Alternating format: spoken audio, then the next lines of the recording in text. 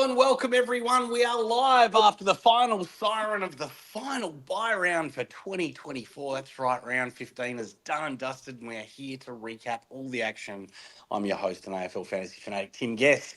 You can find me on socials at Tim Guest AU, and for those listening on the pod, it's Sunday the 23rd of June. Come join us next time on YouTube and X and get your questions answered live. And thanks to those who've already sent in their questions. And of course, if you want your question answered, simply comment on the platform you are watching. Joining me as always is my co-host, Bails, DT. Bails, how are you, mate? How did you go navigating all four of these mid-season buys, mate? We're going okay. This week pretty much completely ruined a fair bit, unfortunately. This was just an absolute shambolic weekend, to be honest. Pretty much summed up by a certain player's first half. We'll get into that, and I have to let it out when we get to -3. But yeah, I'm looking forward to chatting to our special guest.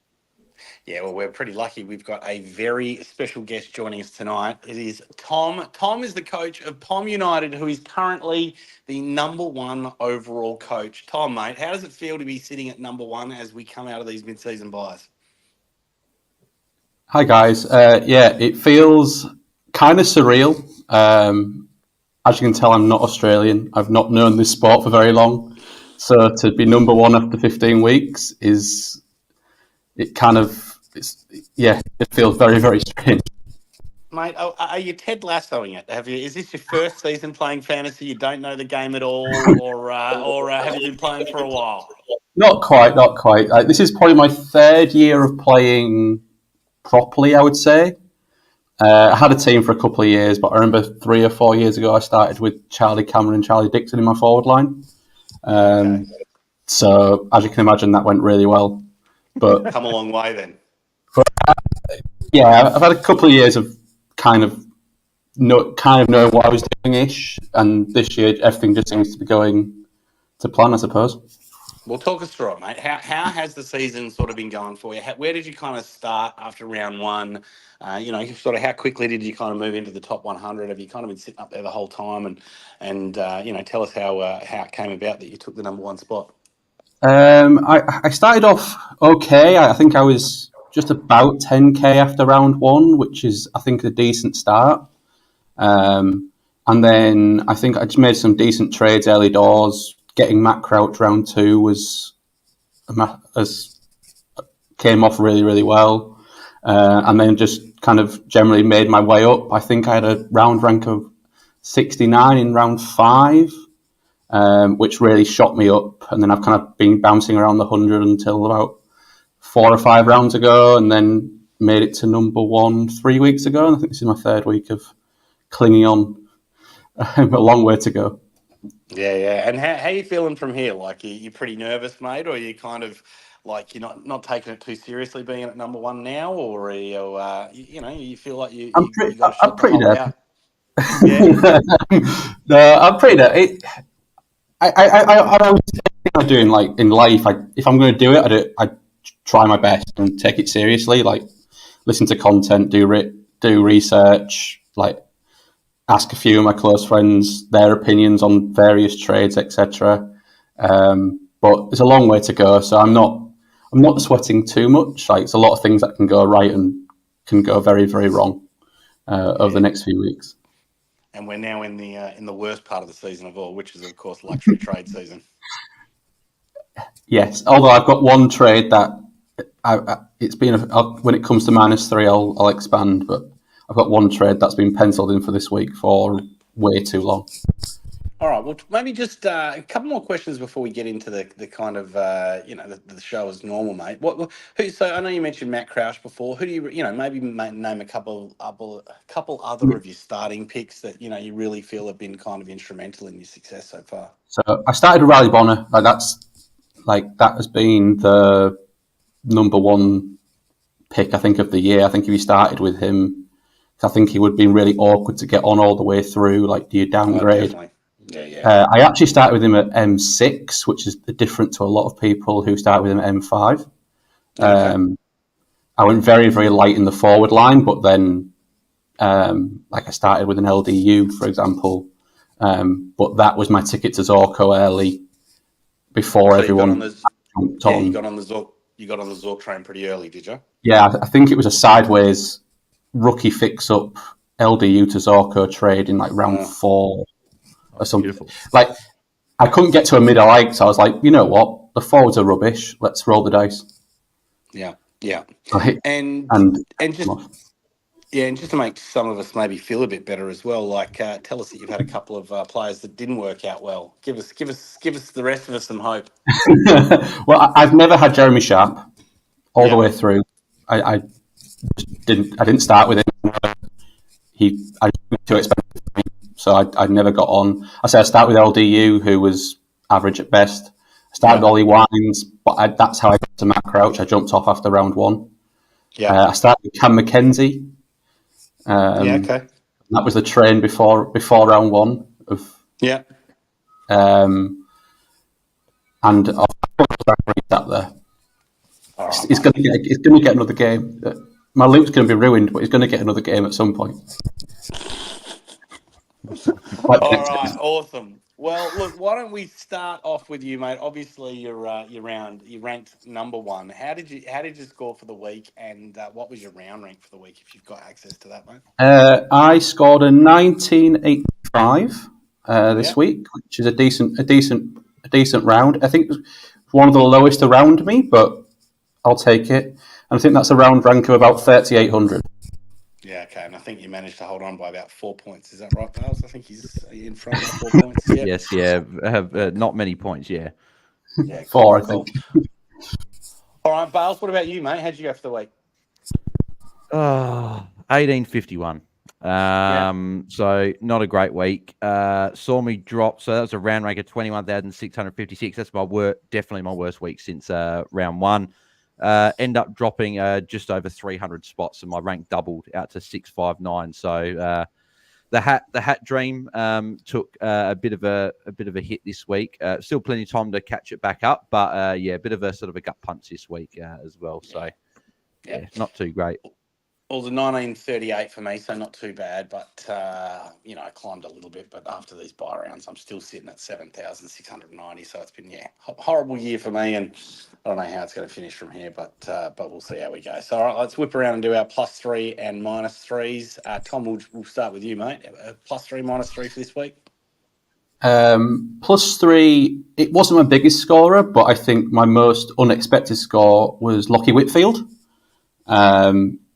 Getting the Jordan tag, having scored a 48 a few weeks ago, I basically wasn't counting him as a counting score when I was planning this week. I was like, well, my actual original plan was to trade him this week to try and get a leg up on the field, but I had to hold him, and that 108, even when a lot of other popular players didn't, like Heaney didn't score 8 in that game, wasn't super fancy friendly, so that score was definitely my +3. My -3 kind of goes to myself. I still have Tom Powell. If you were to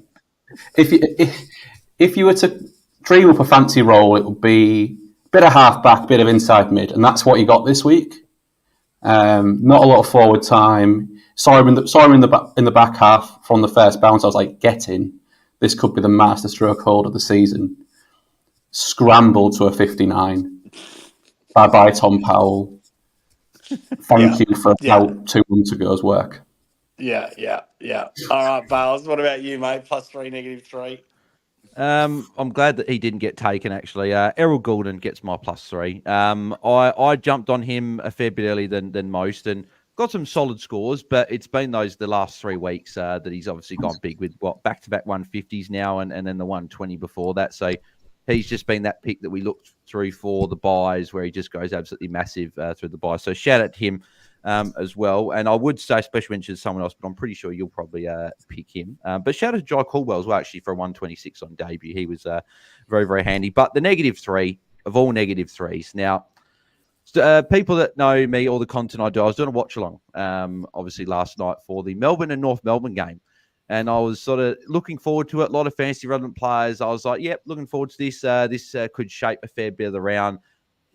And then Clayton Oliver or I don't even know who showed up, or maybe they just used Clayton Oliver as a suit because he was on 1 point at halftime. And I'm not exaggerating that. He was on a single-digit 1 point with 7 disposals and like 4 frees against.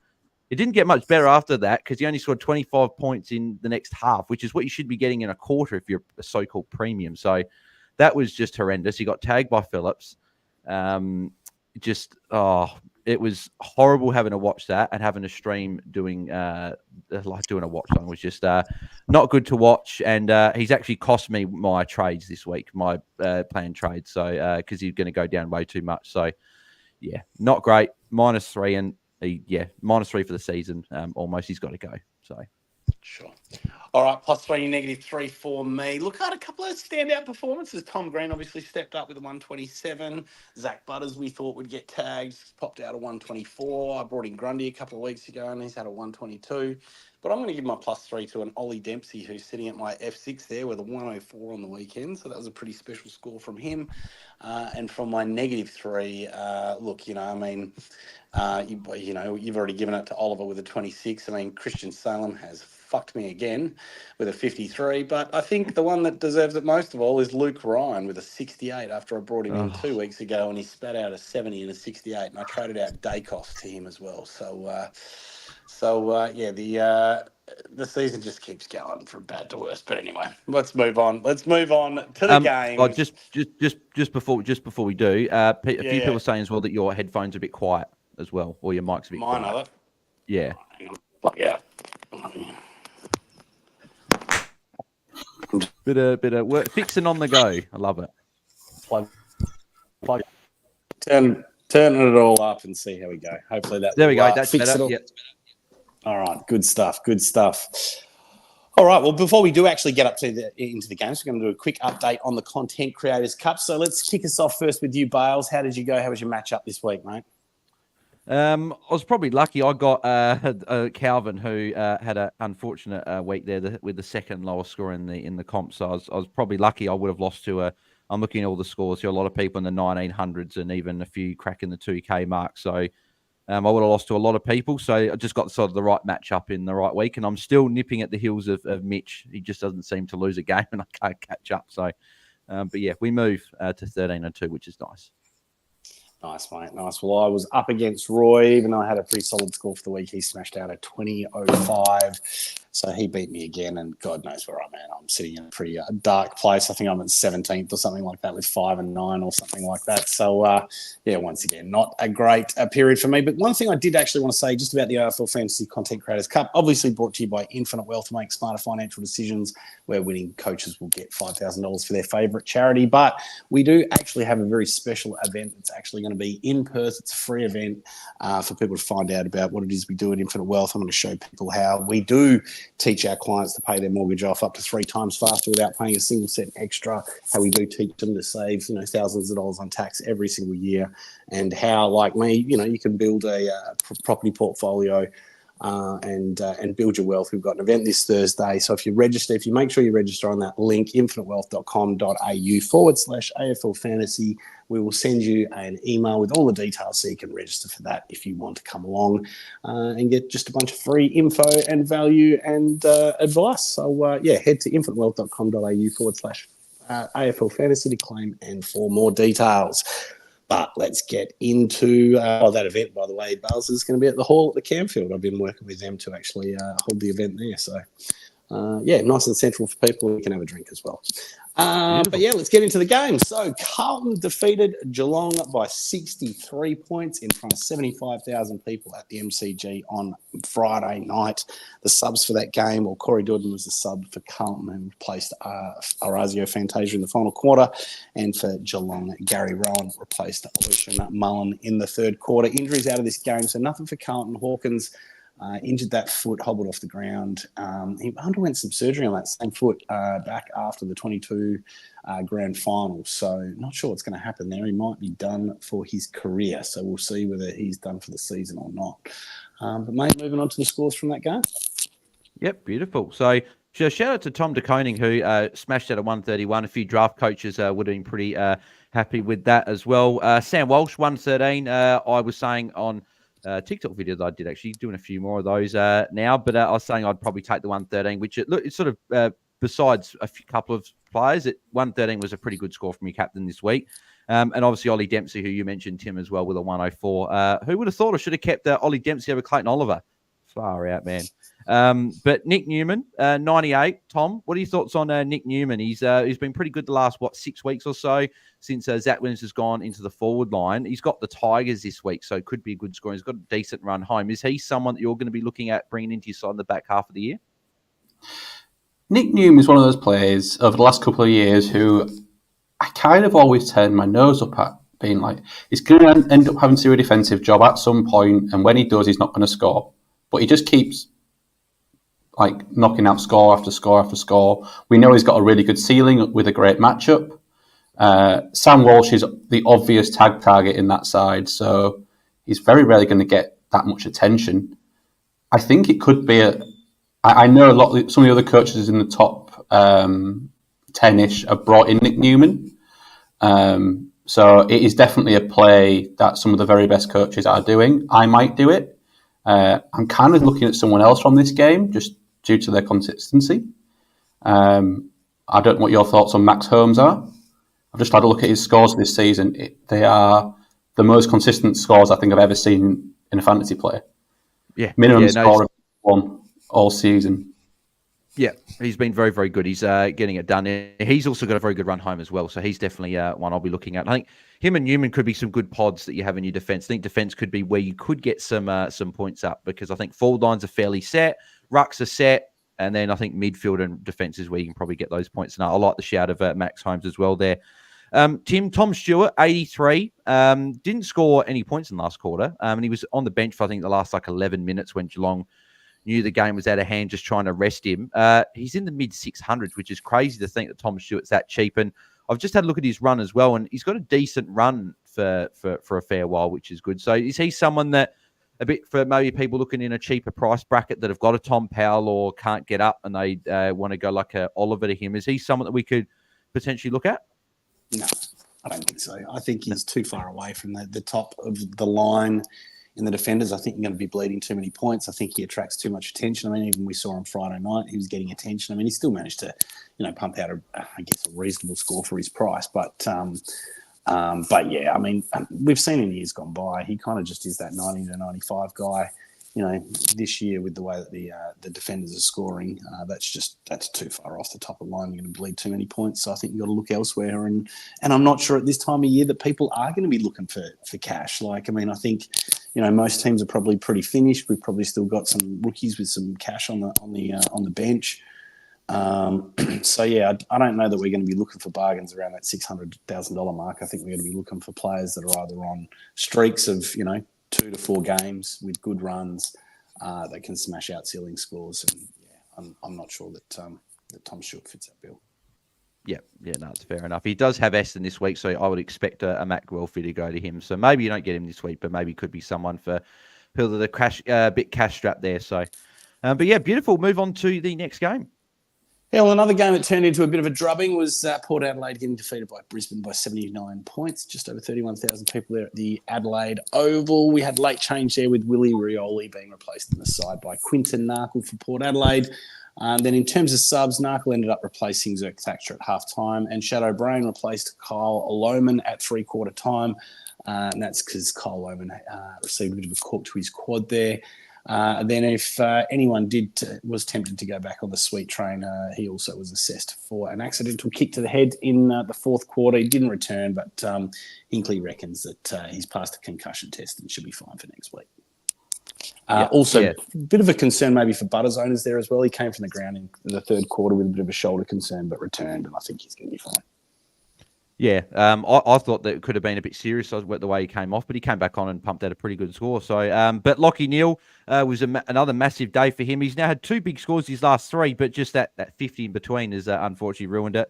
I don't think we're bringing him in. I'm just looking at his next couple here. He's got Melbourne, and I expect Neil Bullen to go to him, and he's done that in the past and done quite well. Then he's got the Crows, West Coast, but then he's got Sydney, Gold Coast. There's a few risky matchups there, and I think we're probably past Neil at this point. We're probably looking for those guys we think are going to be top 8. But he's a good score if you've got him. You'd be pretty happy, especially in draft.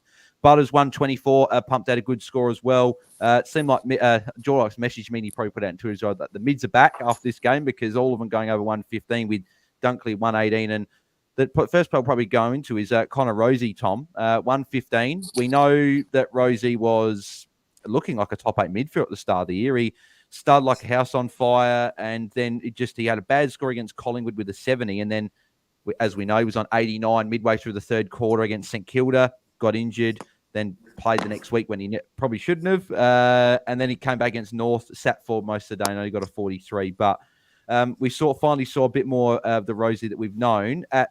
Well, he's going to be around 700k. Is he someone that you're going to be potentially looking to bring in as an underpriced premium?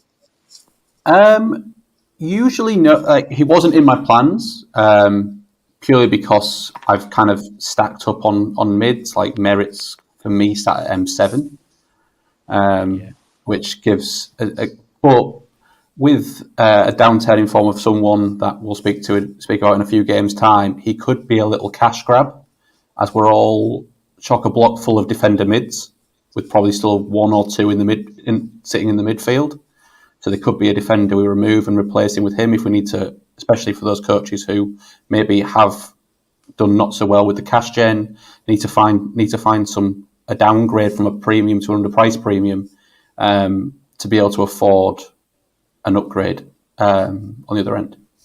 Yep, it's a good shout because we know Rosie can put up good numbers, and it could be that cash grab, as you say, if we don't have enough of those cash players on the bench where you can get the cash from there. But one player that did pop up, Tim, was Logan Evans, 75. I didn't go there, and I know a few people didn't go there as well because a lot of us had already had Ari Showmaker on the bench, and you've probably got a red dot like a Zach Reed or something, where a lot of people do anyway, like myself. So I didn't want to get locked into a utility defender. But 75, he's got St Kilda this week. He's going to have a low break even. Is he the downgrade option of the week, Tim? Would you have him over Showmaker? That's probably the question. If Showmaker's named, who would you pick between the two? Oh, mate, I absolutely won't be bringing him in this week, and that's because I brought him in last week. That's right, $200,000 defender. I had Zach Williams still sitting on the bench there, so I was bloody lucky to be able to finally offload him. So, yeah, I was very lucky, and then, of course, seeing him, I think he was on about 55 at halftime or something along those lines, so... I was pretty happy with that, and obviously going to 200k playing defender without the sub vest just gave me that little bit of extra cash for this week.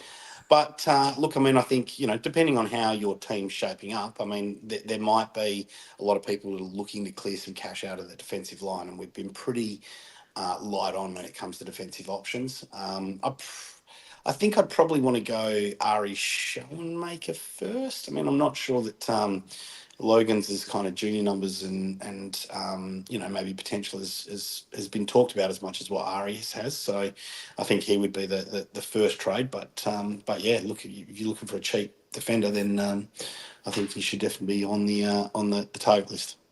Yeah, I do like him because he was a mid-season draftee and he's already come in and he's played pretty well. And they've got obviously Saints and they've got the Dogs who have been a bit hit and miss, but they've normally been good for defenders. But this year they've been very hit and miss. Then he's got Gold Coast, he's got Richmond. So it's not actually a bad month coming up, and he'll have a low break even. So if you've already got a Showmaker, he could be definitely a play there. Beautiful. Move on to the Sydney Battle of the Bridge.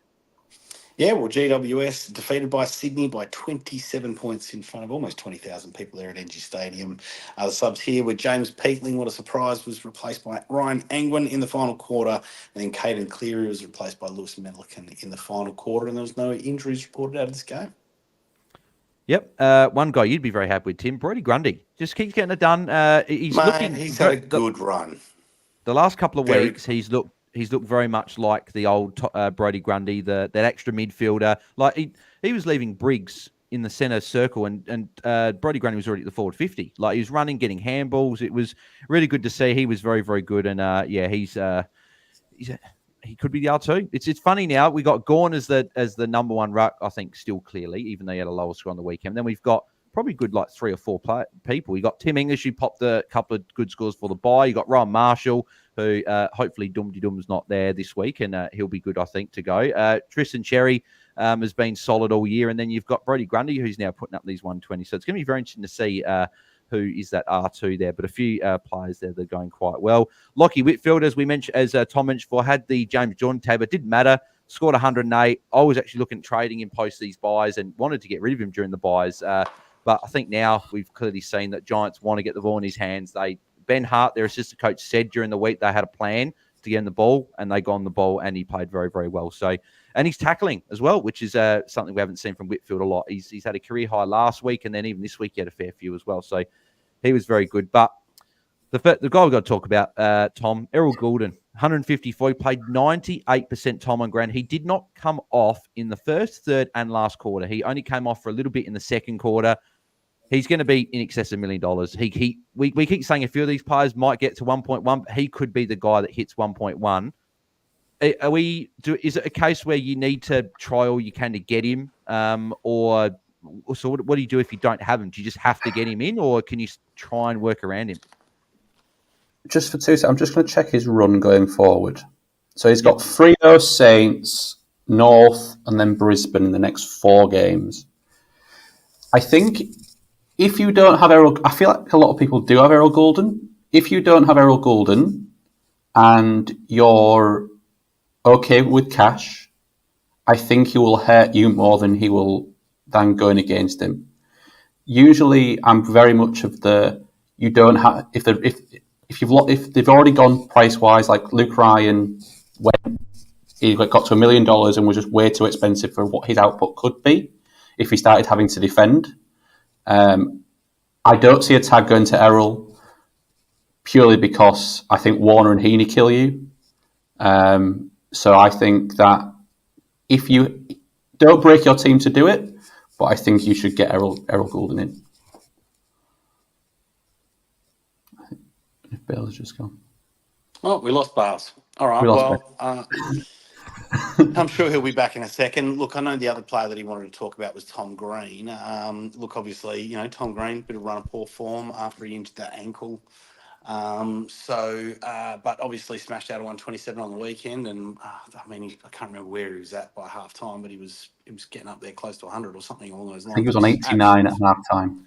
Yeah, absolutely smashing it out. And what do you think of Tom Green? I mean, obviously he's got a pretty good run coming as well with Adelaide, Carlton, Richmond, GWS, and Melbourne. None of which of those are difficult teams. There's 3 green teams along those lines as well.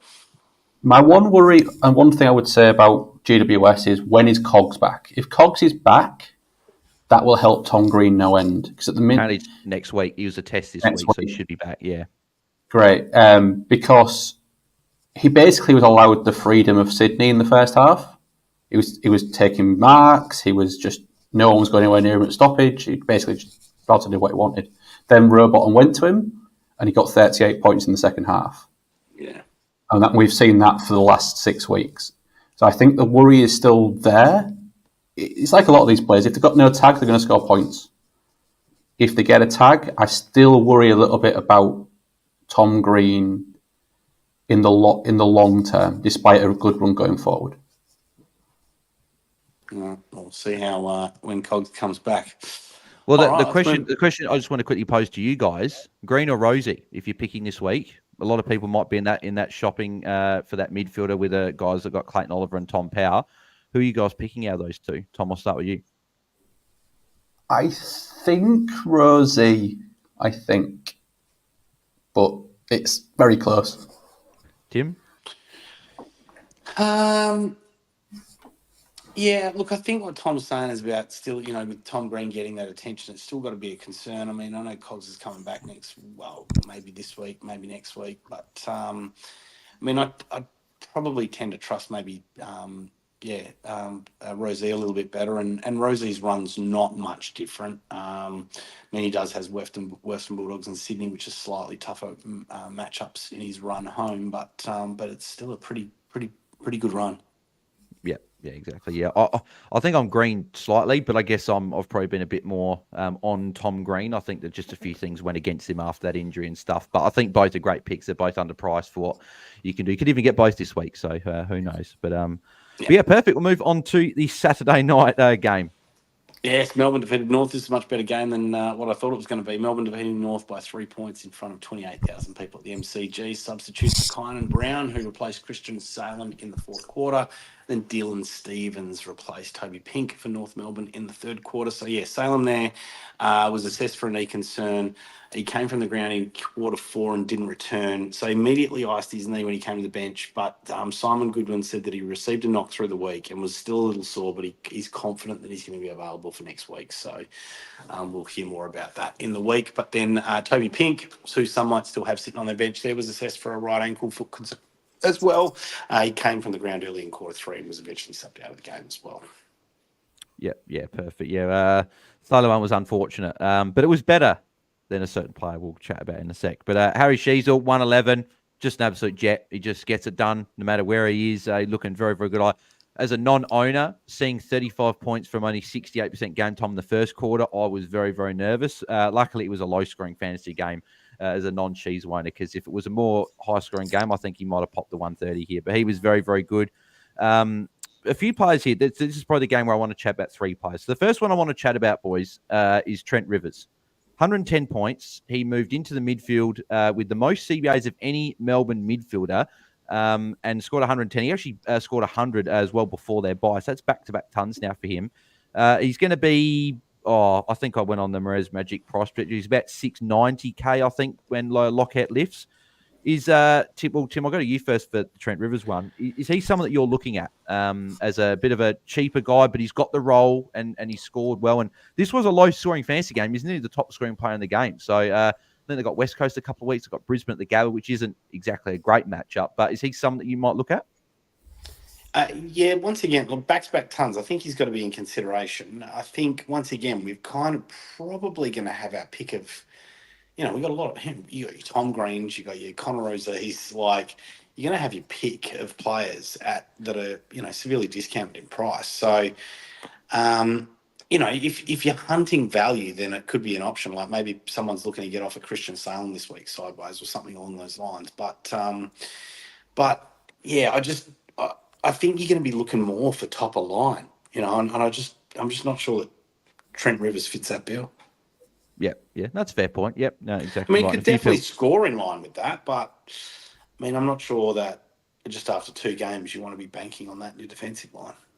Yep. Josh Simpkin, another player here, 81 points, Tom. So 25 touch, only the 1 tackle, 3 marks is what really sort of stopped him from getting a better score. Is there any interest of him from you? I think he's going to be around 600K or maybe just over. Is any interest? So he was one of the options for the Tom Powell replacement.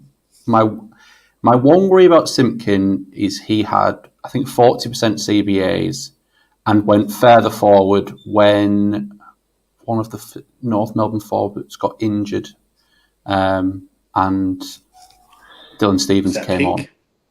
Pink got injured, Pink got injured, and then he went even further towards the goal square. I still worry that his role is not different. He seems fitter than he was at the start of the season, but I don't know if his role is significantly better than the 50s he was pumping out at the start of the year. However, I personally don't think I'll be going there, but that definitely might not be the right read on the situation. Yeah, I think Northern it's.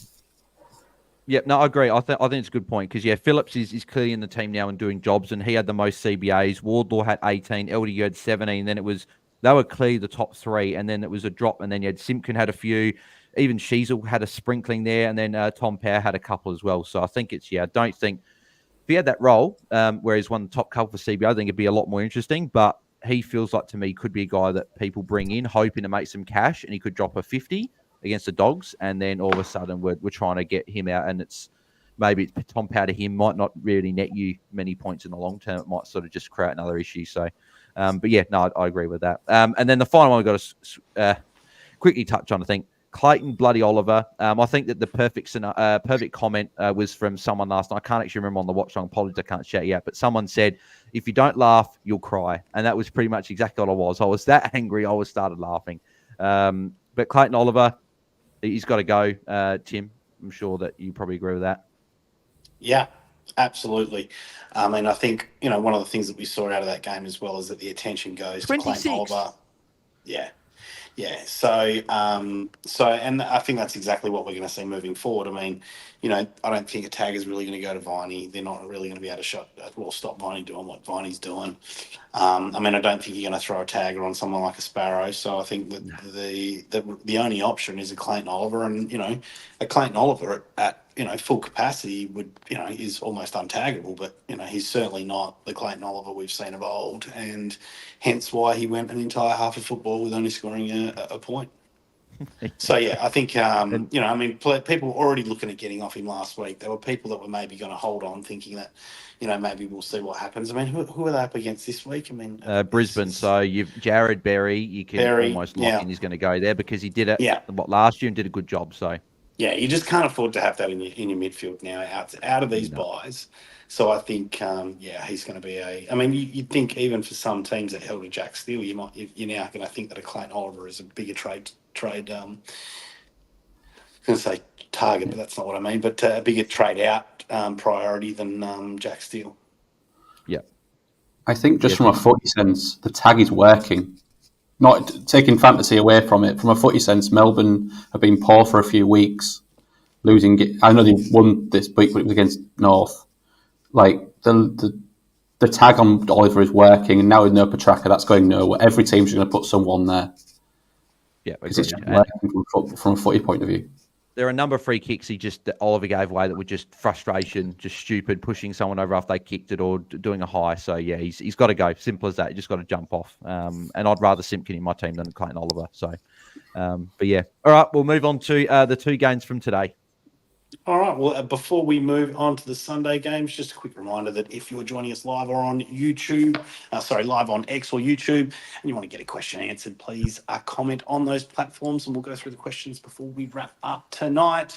But as we get into the second last game of the weekend, was Essendon defeating West Coast by 30 points in front of 41,000 people at Marvel Stadium. So there's a couple, late change before the game here with Todd Goldstein being managed and replaced in the side by Nate Caddy. And then during the game, the subs, Joe Menzies for Essendon replaced Nick Cox in the fourth quarter, and Jack Hutchinson replaced Ryan Merrick in the fourth quarter. For the Eagles, no injuries to note out of this game. Yeah, beautiful. The other thing I should have said with Oliver as well is break-even's going to be insanely high, so that's another reason why he's got to go as well. Elliot Yeo had a good game, had a lot of tackles in this game, scored 117 points.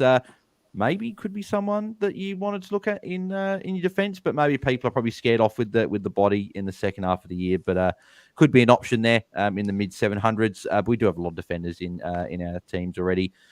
Zach Merritt, 111 points. I was actually I was dreading what Merritt was going to put up, being my captain heading into this game after Gawn. Unfortunately, didn't quite get it done on the Saturday night, and seeing Jinby running around with him, that angered me already. But Merritt got it done. He had 240-plus point. I think he had a 43-point second quarter and a 40-point last quarter. So thankfully, he was able to do that. Otherwise, it could have been a dirty one. But 111 points was great.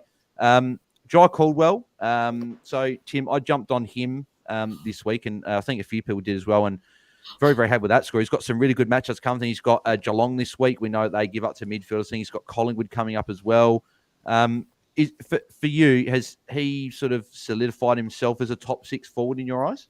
Yeah, well, funnily enough, this was actually going to be a question that I wanted to throw at Tom to see what his perspective was on those top six forwards. Now, I mean, obviously we haven't got to the Gold Coast game there, but we also saw Alex Sexton play today as well, and I wanted to kind of get his perspective on maybe where Alex Sexton fits now that Will Power's back in that side, and where Jai Caldwell kind of fits inside that top six as well.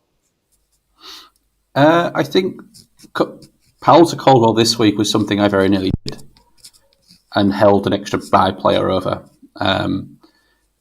Powell to Caldwell next week, unless I get 2 injuries, is, spoiler, almost guaranteed. How I get there is the interesting one.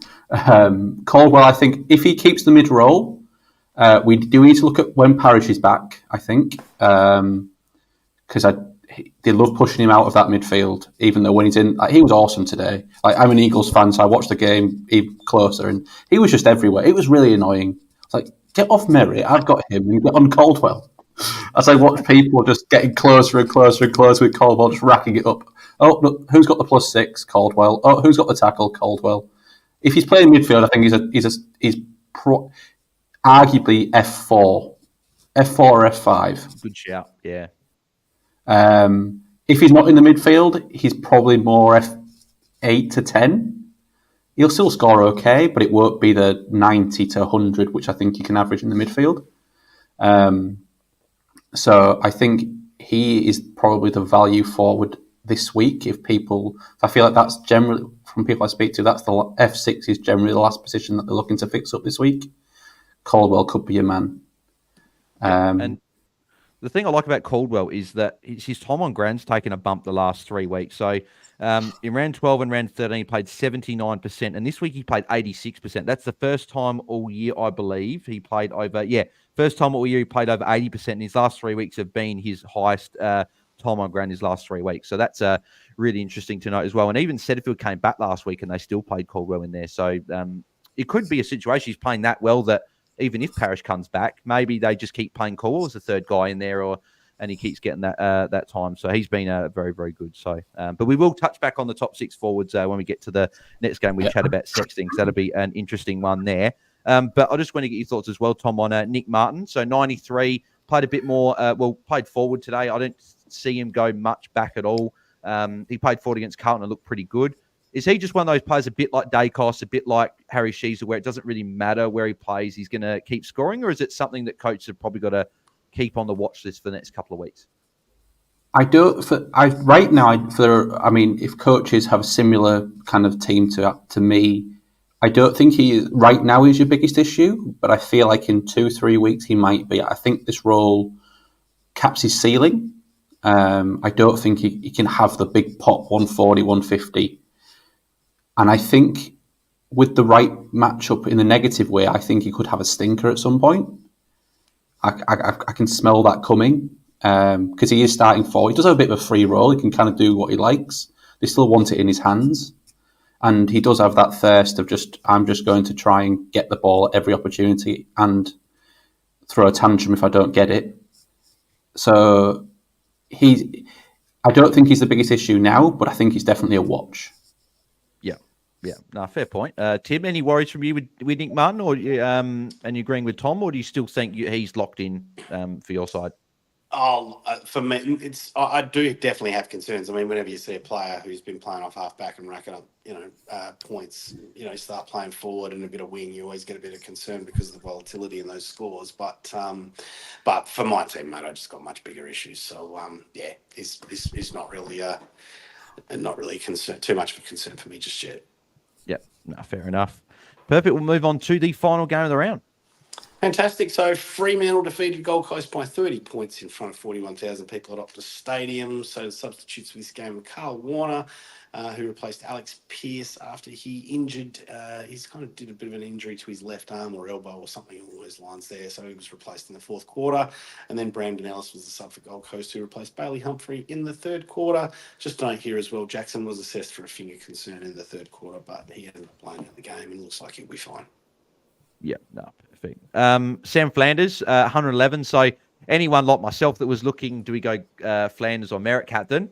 Doesn't matter, because we all got 111 points, so we're all happy. But 111, just got it done again, even with power back in the side. So, but yeah, a couple of players here that popped their heads back up. Andrew Brayshaw, big day, 136, and Tuke Miller, 130. So shout out to Luke from the Ball Boys, who's got both of those guys, and he's been saying about how his midfield's full of spuds. But shout out to him after having a few low scores. He got a couple of big ones from his mid. So, but yeah, Tim, any interest from you from either of these guys bringing them in? Obviously, we've only seen probably one score from them, but they are a bit cheaper for what we know they can do. And maybe if you don't have enough cash to get someone above 900K, is any of these guys something you're looking at?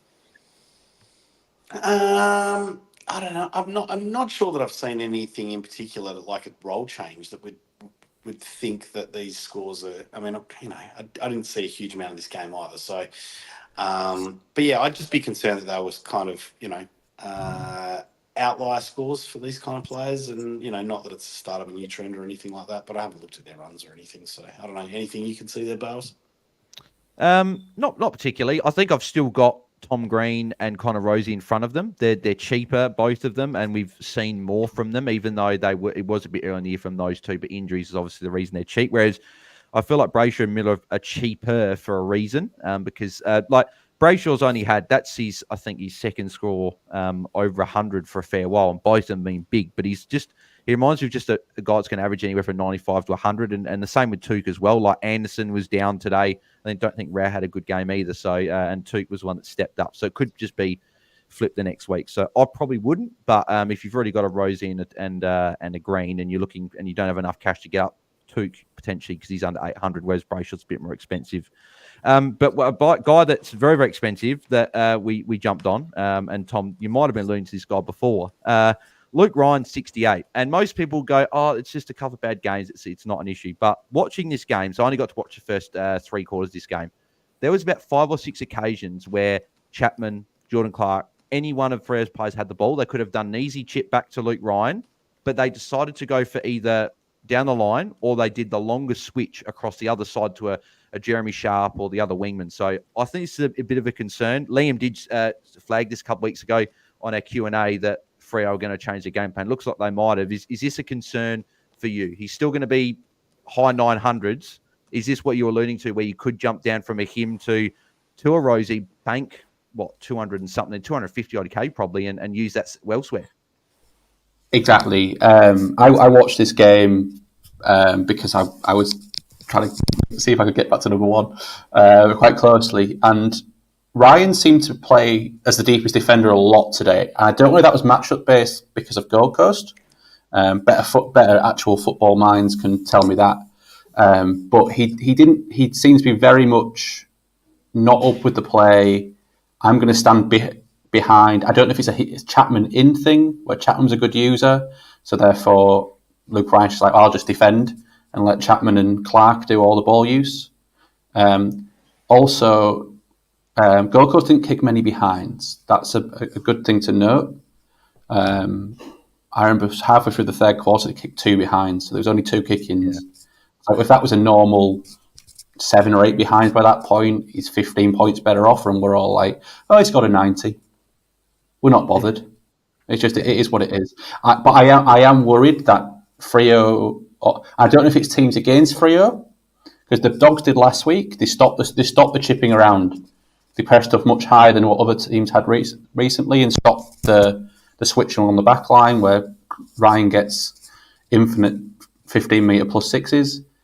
So that is something that I'm thinking that could be a way to jump up on a lot of the higher ranked coaches who basically, apart from Mitch, shout out the ball boys, he doesn't have Luke Ryan. That could be a way to get a leg up on everybody else because he is so expensive.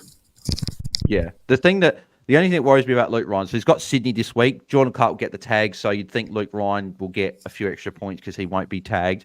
But then he's got Richmond, Hawthorn, Melbourne after that, who we know give up points to defenders. So it's one of those ones that it's either going to work for you and he's going to drop these 60s and 70s and 80s, or he's going to go on a run of 120s like he did a few weeks ago. And then you've got egg on your face. That's one of those ones that could be a season-defining sort of trade in, or it will trade out. So or hold. You're trying to win a hat. I'm trying to win a car. Like that could be the decision. Like because we both did the Sheasel to Ryan play. I think round 11, round 10. We both did the same trade, and it worked very, very well at the start. I've got Sheasel back now, but it could just be reverse that trade for you. Yeah, that could exactly. Be a way to put some funds. Yeah, well, this is a perfect one where we need Nathan from Hat Chat. This is a good trade or spade one. This would be a good one to be looking at. So yeah, but well, Tim, as someone that traded him in, are you sort of sharing those same concerns? Oh yeah, look, I mean, but once again, for me, I've still got Dempsey on field, right? So for me, I've got to get a rookie off field, and that'll have me completed with 22 premiums. But I can't. I really can't be looking at trading out Luke Ryan this week. Yeah. Yeah, it'll be a very interesting talking point here. Looking forward to hearing the other pods talk about that. So, perfect. Well, that's all the games wrapped up. All right, mate. Well, let's move on to some questions before we wrap up for the night, mate. So, have you got the questions there? Why don't you rattle off a few and let's run through some quickly? Yeah. So I've got a couple of questions here. The other thing I forgot to note as well with Flanders, he did move into the midfield in that last quarter. So it'd be interesting to see if that was just a last quarter thing to try something different, or if that is something they're going to do moving forward with Power back in and Sexton back there. That'd be interesting to note. But Maddie's actually got a question for you, Tom. He just said he just wants to know how long you've been watching footy for. 5 years, less than 5 years. Yeah, now he fucking hates you, all right? Sorry, guys. Given COVID was great, I moved across just before COVID, and there was nothing else to do apart from footy was on every day. So I'm sport man. I love all sport. I hate calling it soccer, but soccer, rugby, cricket, literally anything I will watch. Yeah. So it was I thought I'd try and I love watching it. It's probably my favourite sport to watch. So I've watched a lot. Yeah, I love that, but then also jealous, I'm just mate, very jealous. I've been following football since I could crawl and played football and everything, and watched probably heaps of games, and yet I'm still can't get top 100 or get close to number one. But it's people like you guys who put out this great content who help guys like me be able to form opinions on players from absolute. Oh, he just got 100 this week. Let's bring him in. So. Sometimes I always say this. I should take my own advice. That sometimes I say to suggest people to trade in or out, and then I do something different. And I go, I should have done that instead. So, but that's we'll move to a couple other questions here as well. So we have got. So Sean's got this question. Tommy said, "Would you go Ryan and Fraser to Rosie and Simpkin, or get McKercher to get the last rookie off field?" So I'm assuming that's.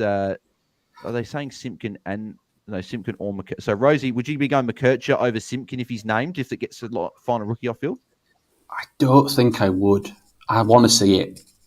I'd want to see it for a week. Like when are North playing this week? If they're playing late, they're playing the second game of the round, I believe. I think it's okay. So that's a bit easier. McKercher's sub is something I'm kind of maybe thinking might happen, just to ease him back in after this injury.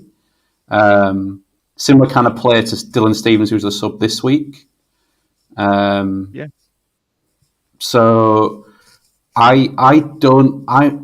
one of my best mates who also plays, he's held McKercher all the way through. Still got him. And I was like, I got off after his two.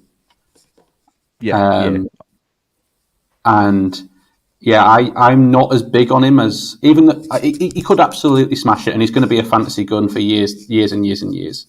He just gets the ball, but I'm not as. I'd sooner have. To be fair, I probably wouldn't trade Ryan unless you're kind of hat chasing. I think Ryan is pure luxury right now.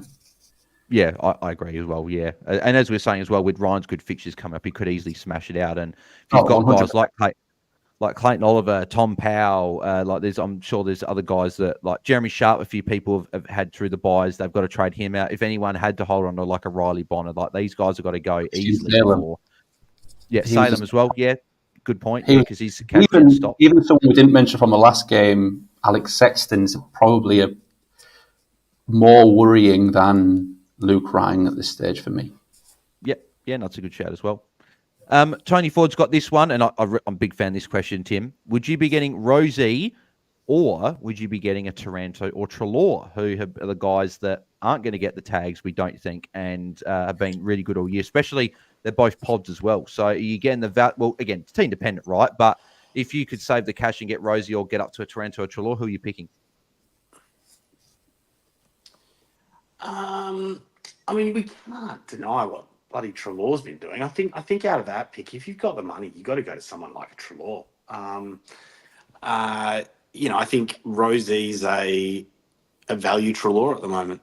Look, Rosie still could get the tag. I think the tag's probably going to go to more so someone like a Butters at the moment, but that could switch at any time. There's no doubt that Rosie, we were talking about being a top 8 midfielder at the beginning of the year, and I think he still could score at that, in the line with that. But as much as it, it feels strange to say, but I'd be picking Treloar. Yeah, we just disrespect him so much, don't we? Yeah. Yeah. So I'm a big fan of Taranto as well. He looked really good before the buys. He averaged in excess of 120 in the first half of last year. I guess the only flag with Taranto is that Hopper will be back within the next, I think, fortnight or so, whereas Treloar, what Treloar's doing now is what he's going to do. Like, there's no one coming back in, Liver's back, and he's still smashing out scores. So, so Tom, obviously you were saying a few concerns with like a Rosie and even a Green as well. Were you paying up for one of those guys like a Taranto or Treloar, and who would you pick between those two? I love Taranto and Treloar. I think they're the exact, a bit like Dunkley, and even they had a couple of down weeks before this week. I think they're the kind of players that, within this new tag era, that we're looking for. Like, no one's tagging Taranto. If anything, just have the ball, please. Just have it, because you're probably going to turn it over. Like, Treloar is great because Libba's there. There's similar builds. The tag, if they're going to go to a smaller player, is probably going to Libba over Treloar. If they're not going Bont. So I those kind of players are 100% the kind of players I'll be bringing in. They're the guys I'm targeting. Yeah. That's where I'm looking. Yeah, both very, very good options here. I just want to read this out. Paulie29, I feel sorry for this. He said last week he traded Tuke Miller and Patrick Cripps for Dane Zorko and Isaac Heaney. That is very, very unfortunate there. That's a 60-point swing when you thought you'd probably get more points, unfortunately. We'll go a couple more here just before we wrap up. Baden Cummins Green, who is the coach of Baden, it's a Barbados, who's been up there this year. He said Ryan had to play a bit more accountable. Typically had an opponent close enough to put that easy kick to him off.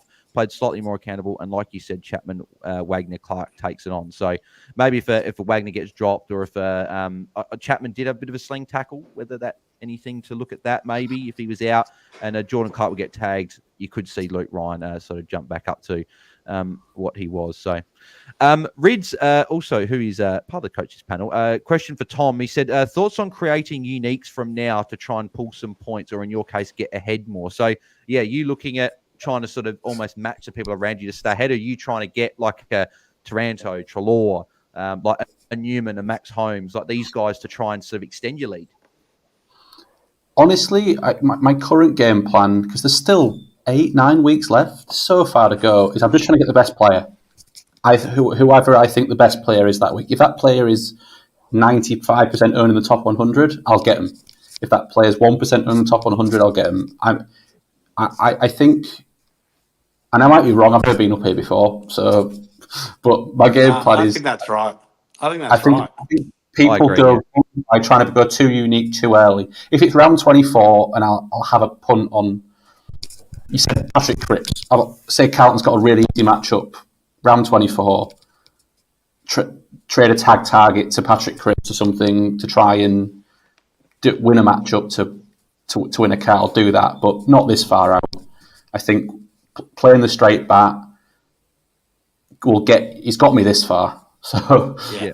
And as you said, getting the best player, as you said, I think it's a very, very good point. And then Baden also followed up with that one after and was just saying, is it a high priority to get in a Caldwell, who you were mentioning before, or getting a top-line defender like a Max Holmes, for example? So if you had the choice between the two, Tom, would you be going Caldwell or are you going Holmes?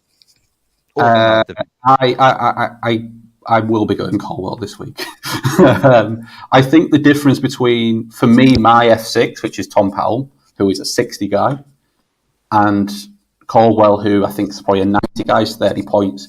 The difference between my D6, which is Lockie Whitfield, to anybody else I can get might even be negative points.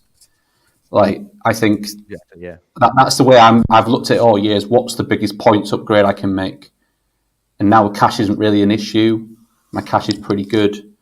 Like, so that's where, what's the biggest points upgrade I can make, and make that. Yeah, no, I fully agree with that as well. Perfect. All right, I think we'll wrap up there, Tim.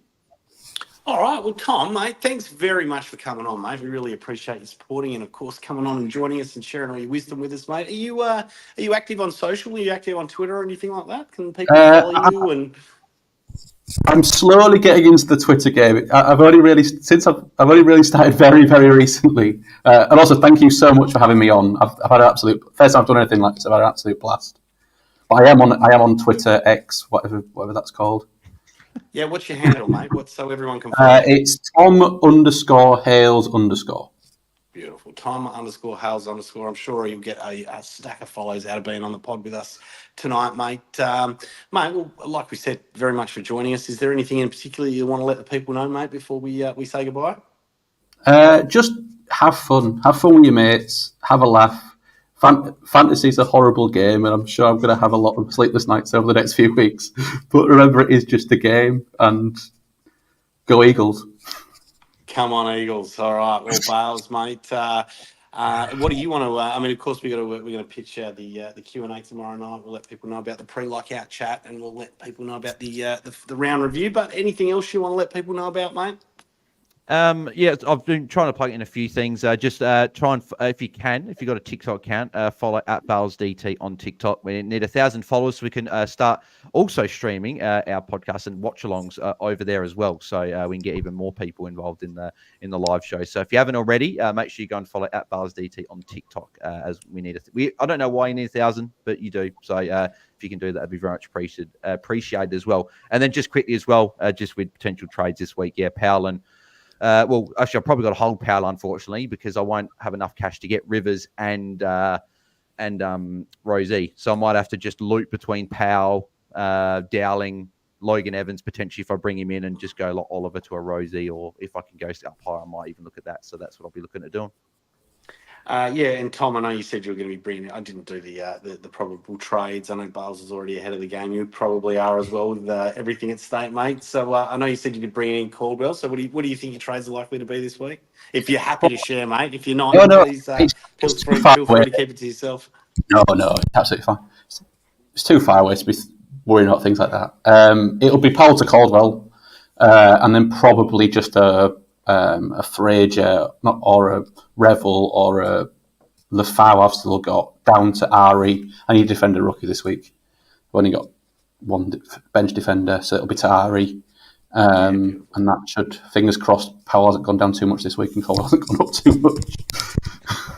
Yeah, so pretty similar for me. I think I'll be doing just like a rookie down. Whether I've still got a Riley Sanders, a bit like your mate who's been hanging on to a McKercher. I've been hanging on to a Riley Sanders, hoping that he would come good, but maybe he'll go out and I'll put that money on top of a Dempsey and go to a Caldwell. I think will be the answer, but that will mean I've still got a bloody Clayton Oliver sitting in my midfield, which could be a bit scary for this week, and a Christian Salem. So, yeah, still a bit more pain for me. But to everyone joining us, thanks for joining us. Thanks for joining us live. And, of course, thanks for sending in your questions. We love getting those. If you didn't get your question answered tonight, we got the Q&A on Tuesday night. So make sure you come and join us live on X or on YouTube on Tuesday night. So that'll be at 5 p.m. Eastern Standard Time or 7 p.m. Western Time. And then, of course, we've got our pre-lockout chat every single week and our round reviews after the final siren of the round. Now, of course, if you're listening to us on a podcast, please make sure you follow, subscribe, and give us a 5-star review wherever you are joining us. But apart from that, guys, best of luck with your research this week. Rage straight away, and we will see you all next time. Thanks a lot, and bye for now. See ya.